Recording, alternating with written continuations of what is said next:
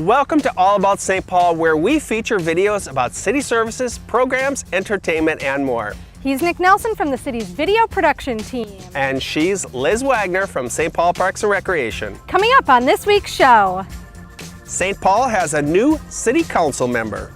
a must-visit destination opens on West 7th Street. Finding help launching your business idea. Get ready for fall in St. Paul. And Halloween too. We'll have all of that and a lot more just ahead on All About St. Paul. We're hanging out today here in Cherokee Regional Park. And why not? It's one of the most beautiful spots in the city. The leaves are still pretty green here today, but this is one of the best places to catch the fall colors. Cherokee Regional Park is one of St. Paul's most visited, and it's easy to see why. A large space atop the Mississippi River bluff, Cherokee is spread out over 100 acres. A popular picnic spot, the park features 2 shelters, picnic tables and grills, along with a playground and athletic courts. My favorite thing about Cherokee Regional Park are the hiking trails and stunning river views. Well, we will check out some of those amazing views in just a bit. But first, some news from around the city. St. Paul has a new city council member. Voters in the city's 4th ward chose Mitra Jalali Nelson in a special election held to fill a vacant spot previously held by Russ Stark. A large crowd of well-wishers packed city council chambers for the 32-year-old's swearing-in ceremony. Nelson became the first Asian American woman on the council, and her win results in the first elected female majority on the St. Paul City Council.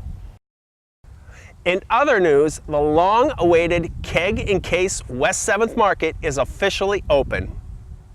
Father and son team Jeffrey and Craig Cohen have transformed the keg house of the former Schmidt Brewery. The $10 million restoration now houses 23 separate businesses, from food and drink to retail shops. Highlights include a growing indoor mushroom farm and a glass-encased beehive. And yes, you can buy mushrooms and honey. Here's a sneak peek inside from the recent grand opening.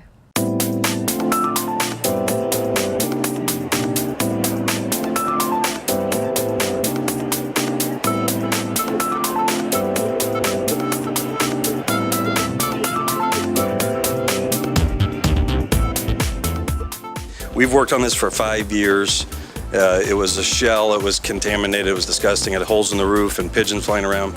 And people asked me a lot about the idea and how it came about, and I don't really know the inspiration. I didn't hear of the word food hall at the time, but I love 7th Street, and I have other properties in the block, and really hope that we could create something, something unique that would be special to everybody.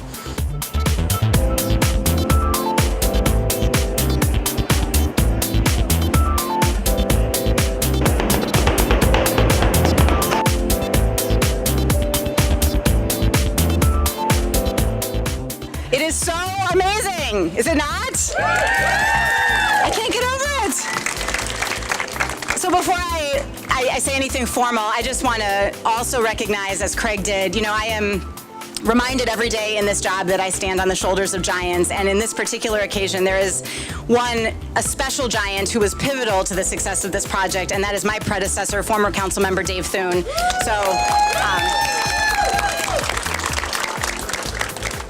This is a gem in the crown of St. Paul. It is a huge addition to the West 7th neighborhood, and frankly, I cannot wait until not just the city, not just the region, I can't wait until the entire world finds out about what we have going on here, which I think they will in the next couple of days, given all the publicity, so they'll be here.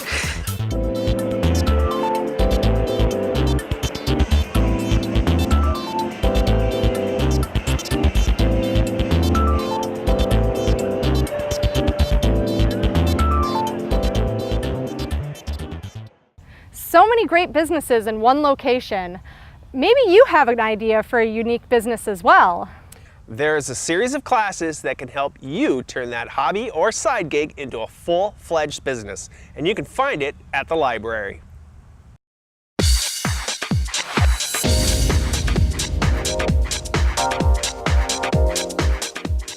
We're starting a new series called Side Hustle to Success at St. Paul Public Library for people who are trying to turn a hobby or a side gig into a full-fledged enterprise.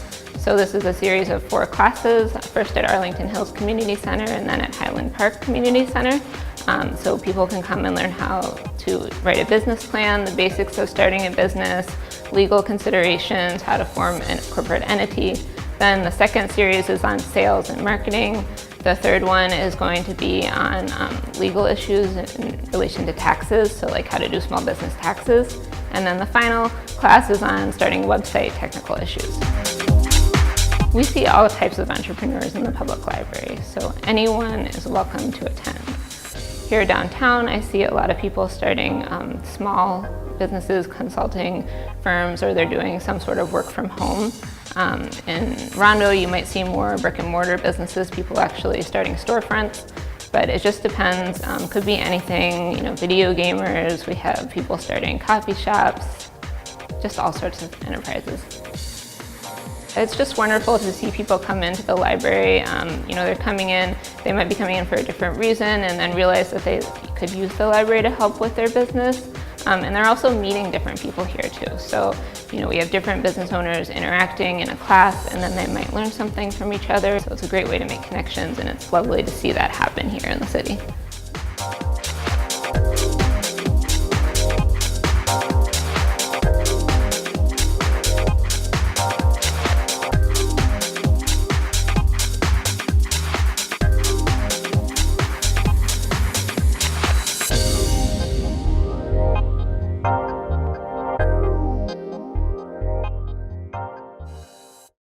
A while back, we took you to the groundbreaking of the new Frogtown Community Center.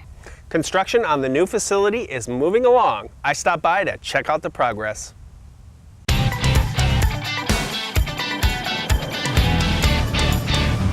With me now is Chris Stark with St. Paul Parks and Recreation. He is the project manager for what will be the new Frogtown Community Center. Now, we are still a little ways away from kids shooting hoops here at this facility, but it is moving fast. Chris, tell the folks what's happening here. So behind us here we have construction of the new Frogtown Community Center, which is replacing the existing Sheffer Recreation Center. Despite Sheffer's small size and limited programming, it is a very popular facility. So through years of effort, we got CIP funding, $11.2 million, to build a new Frogtown Community Center and renovate the fields and play area and courts. So that's what we have here. The new building is almost 4 times larger than the existing Sheffer Recreation Center. So it's really going to be able to provide a lot of increased opportunities for social activities and physical activities as well. In fact, the new gym will be almost as large as the entire building, the entire current Sheffer Recreation Center. So when this one is done, then we'll do second phase of construction. Phase 2 will be a new football field, a new play area, basketball courts, and Katao courts. It'll also include demolition of the current Sheffer Recreation Center.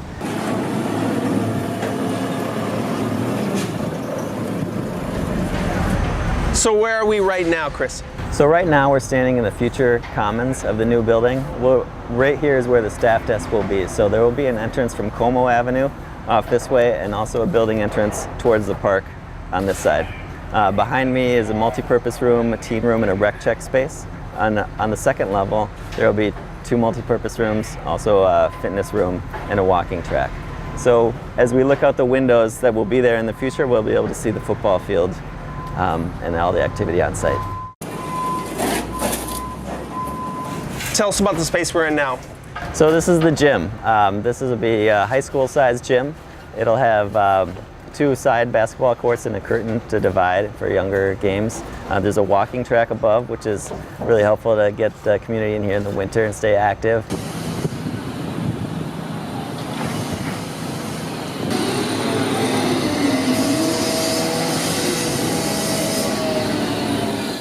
Well, thanks so much for the information, Chris. If you want to learn more about the project, go to stpaul.gov/parks and click on Current Projects.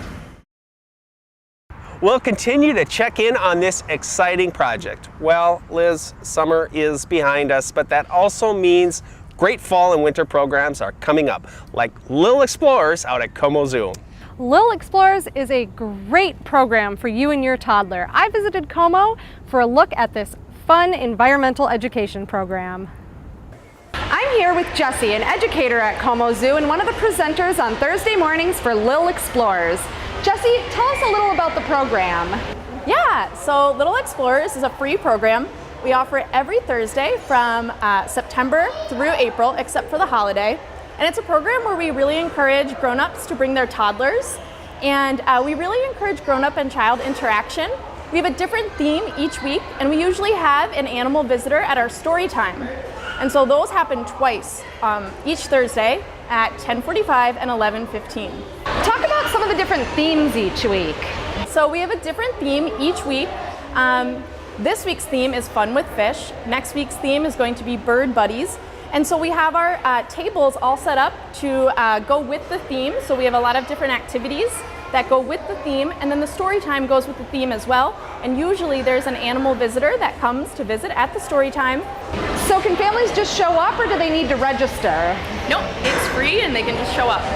That's great. Little Explorer sounds like a lot of fun. Be sure to check it out every Thursday at 10 a.m. Well, the cooler temps and shorter days mean we are coming up on my favorite day of the year.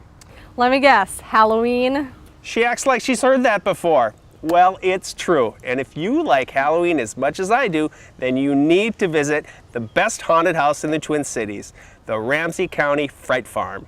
Here's a look at my visit there from last year. Ladies and gentlemen, step right up for the greatest show on earth. You're gonna be amazed. You're gonna be shocked. Come one, come all if you dare. Well, there's a famous movie line that says, in space, no one can hear you scream. But here at the Ramsey County Fairgrounds, they'll definitely hear you scream when you visit Fright Farm! Each Halloween season, this historic barn on the St. Paul-Maplewood border becomes one of the Twin Cities' premier haunted destinations. Fright Farm began in 1996 when volunteers from the Ramsey County Sheriff's Office created the event as a fundraiser. Brad Kamich was, and still is, the head haunter. It was an idea that I had. I used to do home haunts in my backyard and things like that, and I approached the sheriff at the time and asked if we could maybe do a haunted house here.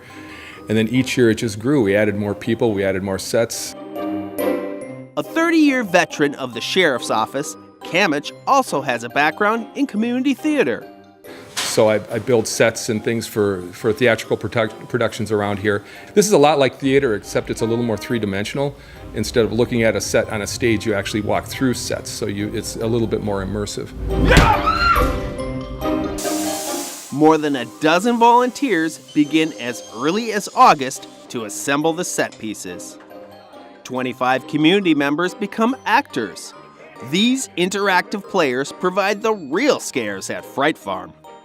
Add in ticket takers and support staff, and about 100 folks donate some 4,000 hours to the cause. I like to volunteer. It's my way of giving back to the community. I like to scare people. So, I don't know, I'm not professional at all, but I do like to dress up and do fun things. This is actually only my second year, but I made a bit of a impact last year because I broke a wall. Yeah, wall. I broke a wall. Impact. Yeah. And they didn't kick me out, so it's a great place to be. So he stayed. Oh, I love the people. I absolutely love the people. The patrons coming through, all the volunteers. Everybody's just a lot of fun. There's a lot of excitement and a lot of energy. It's just fun to do this. We just love Halloween, and you know, it's a great cause. And the people are really nice. You get to know people, and kind of like a Fright Farm family. You never know what's going to happen, but you know it's going to be a good time.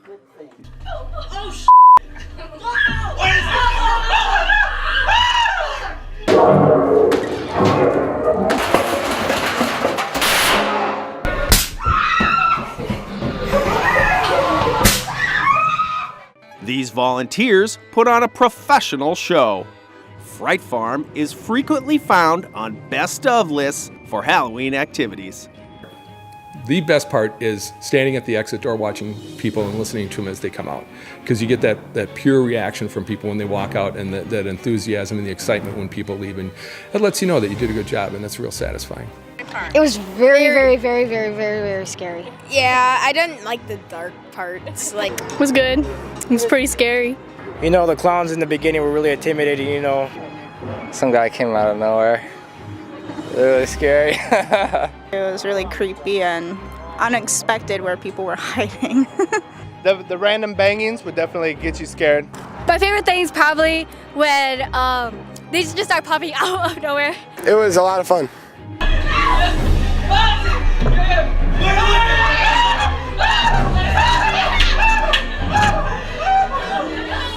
Proceeds from Fright Farm benefit the Ramsey County Sheriff's Foundation and pay for things from dive equipment, to dogs for the canine unit, to its Take a Kid fishing program.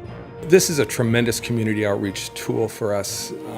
We get up to 1,000 people a night here, and some of the people show up and they don't even know that this place is run by the Sheriff's Office. It's fun and positive for the volunteers, for our own staff, for the community, and it's just something different and novel, and you don't get that many opportunities to do that kind of thing.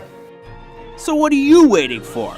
Come on down to Fright Farm, if you dare.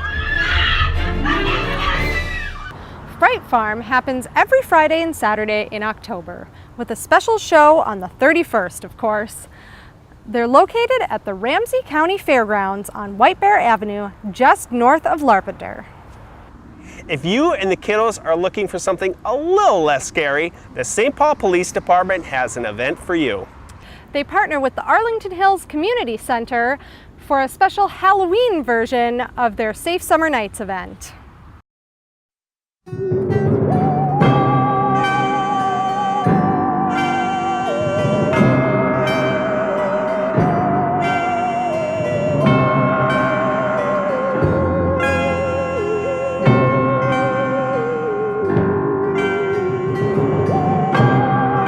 I think we all know when we were kids, if you went out and trick-or-treated, there was that house on the block that gave out the big candy bars, or the house that gave out something interesting. Well, we really want to be the coolest house on the block. And so this is our way of being able to do that and provide that in a really safe environment where they don't have to worry about crossing the street, they can be with their parents, it's during daylight, and as you can see, there's all kinds of other interesting things to do here other than just get candy.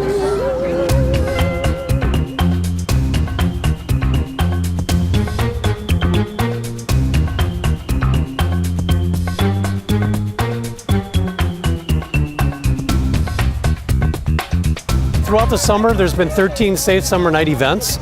We hold them at different parks, different rec centers throughout the community. It gives us an opportunity to engage with the different neighborhoods, see different people, hear different concerns, just go out and build those stronger relationships. Today it's not our final Safe Summer Night. We're calling it a fall festival event. It's something that is very warm and heartfelt, that we actually can go out and engage our community. Oh, look at this guy. You got some knuckles? Yeah. There it is. Good job, guys. Last year they fed over 1,700 people at this event. This year we hope to be right on track. Last year they handed out 800 pounds of candy. This year we have 1,200 pounds of candy, and we intend to hand all of those out. This is a great event. As you look around, the kids in costumes that are up here, it's fun, it's exciting, and it's always an opportunity for us not only to meet the neighbors and listen to some of the things that are taking place in the communities, but it's a positive interaction, and we need more people engaged. We need a stronger neighborhood, we need a stronger community. This is exactly what we need to do to keep that going.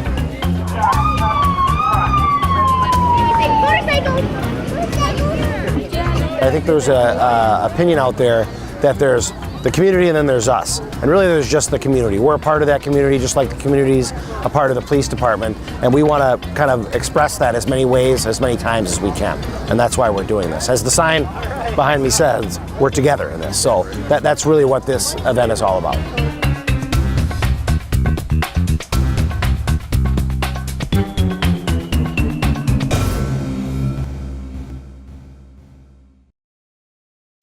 That event is just one of many fall-themed get-togethers happening at St. Paul Parks and Recreation Centers. Events include several Halloween parties and cozy family bonfires. There's one near you. See the whole list at stpaul.gov/Halloween. Once again, we are spending some time here today in Cherokee Regional Park on the bluffs above the Mississippi River. If you look behind us across the river, you might be able to see the Highland Park Water Tower. Another event that you don't want to miss is a trip to the top to see the fall colors. The local landmark opens its doors twice a year, once during Highland Fest and then again during the height of fall colors.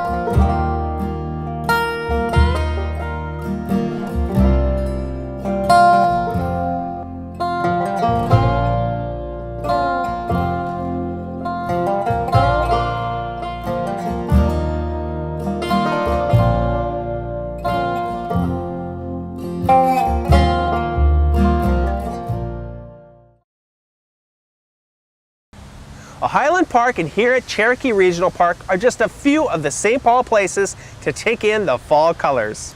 We end today with a look at some other city locations done up in autumn splendor. Don't forget, you can find all of our videos online at youtube.com/stpaulgov. See you next time.